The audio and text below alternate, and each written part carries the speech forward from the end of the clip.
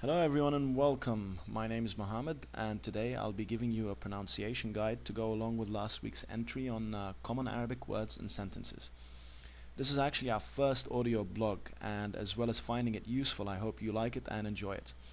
Before we get started, if you've not read last week's entry yet, I recommend you take a look and get yourself acquainted with the subject. If you did read the entry, you might have thought its title was a little misleading. Initially, the content of the entry was meant to be exactly that: common vocabulary and sentences that are most useful if you are traveling in the Middle East, or in an Arabic-speaking country for that matter. But after some thought, I decided it would be perhaps more useful to have a crash course in pronunciation to help us read and understand transliterated sentences better. If you recall, I provided a list of Arabic letters that lacked English and Latin equivalents. I think learning those letters and sounds first would be more beneficial than just jumping straight into words and sentences. I introduced the slang word Arabizi, which describes how Arabic speakers encoded Arabic text using a Latin keyboard. This is really important because as we transliterate our sentences and words, and to pronounce them properly, we need to know how Arabizi works, and the sounds and letters that some of the numbers we use in Arabizi represent. If you have no idea what I'm talking about, I suggest you take a look at last week's entry and get yourself up to date. Alright, so let's take a look at some of those letters. And in the same order that I have these letters in the text list, I'll go one by one. First we have the letter Ain, and I described that as a growling A. To represent that in Arabizi we use the number 3. So whenever you encounter the number 3 in a transliterated word, this is to represent the letter Ain. And it's a very rough A, as you can see. Some of the words, some word examples are Ain, Uyun, Arab, Arabi, which means respectively eyes, Arabs, or Arabic. The next letter is the letter Ha, and that's a strong sounding H. To represent this letter we use the number 7, and it's a very hard H. Don't confuse that with Ha. That's another letter, and you can use H in English to represent that, but Ha we use number 7 because it's very rough. Some word examples are Ahmar, which is the color red, and Haram, which means forbidden.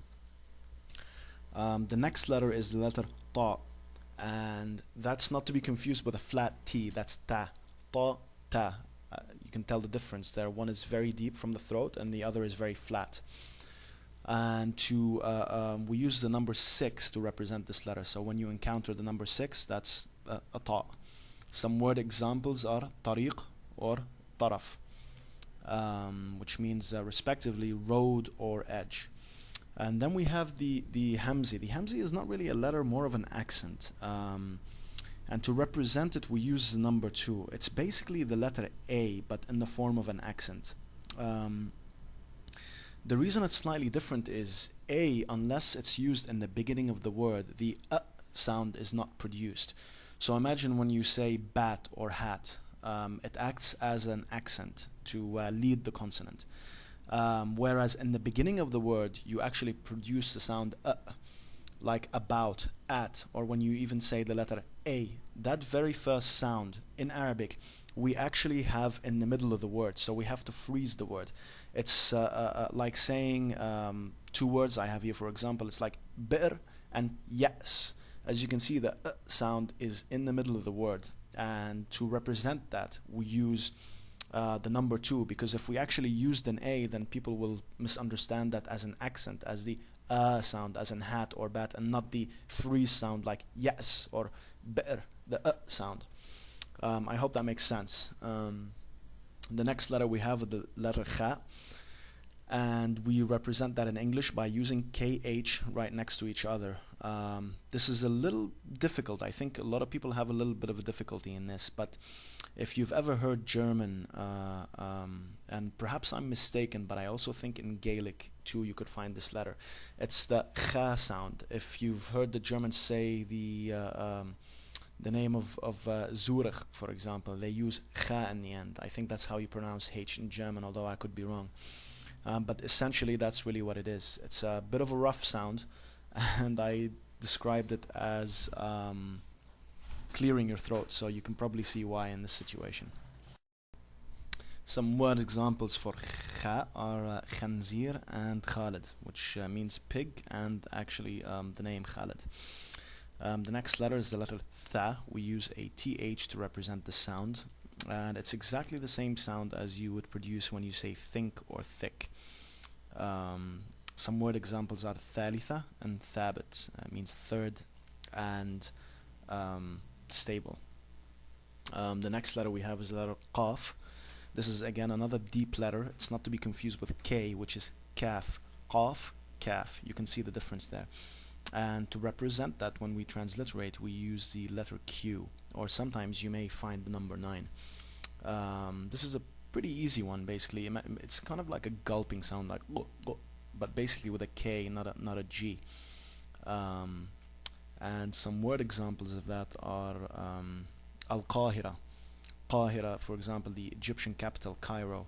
It's Al-Qahira in Arabic. Or the word for detention or arrest, which is A'tiqal. The next letter is the letter Dal, and this is similar to Qa in the sense that it's also a very deep sound. Da, not da, da. The difference is between flat and deep. Throat, the tip of your tongue, the front of your mouth. And to give you a couple of word examples, Dabit, which means officer, or Darar, which means damage. The last letter I have on the list is the letter Ghain. Now Ghain, I've heard, is also a little tricky. It's we represent that with the letters GH. When you encounter those, in likelihood the letter is Gha, and it's a little tricky, but if imagine putting the letters GH and then several R's right next to them, and try rolling the R's, and I don't think you'll have a problem producing the sound. Some word examples are gharib or ghubar, which means strange, and dust. So give those a try and see if you can practice and get the sounds down. But the whole point of this exercise was that when we transliterate sentences and you encounter those numbers or those letter combinations, you know exactly the sounds that they're supposed to produce, and that's the whole point behind this exercise. So I guess that's it for now. I really hope you found this guide a little useful. And now that we're really comfortable reading and transliterating in Arabic, that we've learned those additional letters and their sounds, I think we can probably move on and start using real words and sentences in the next entry. So thank you very much for listening. I hope you've enjoyed this, and see you next time. Bye.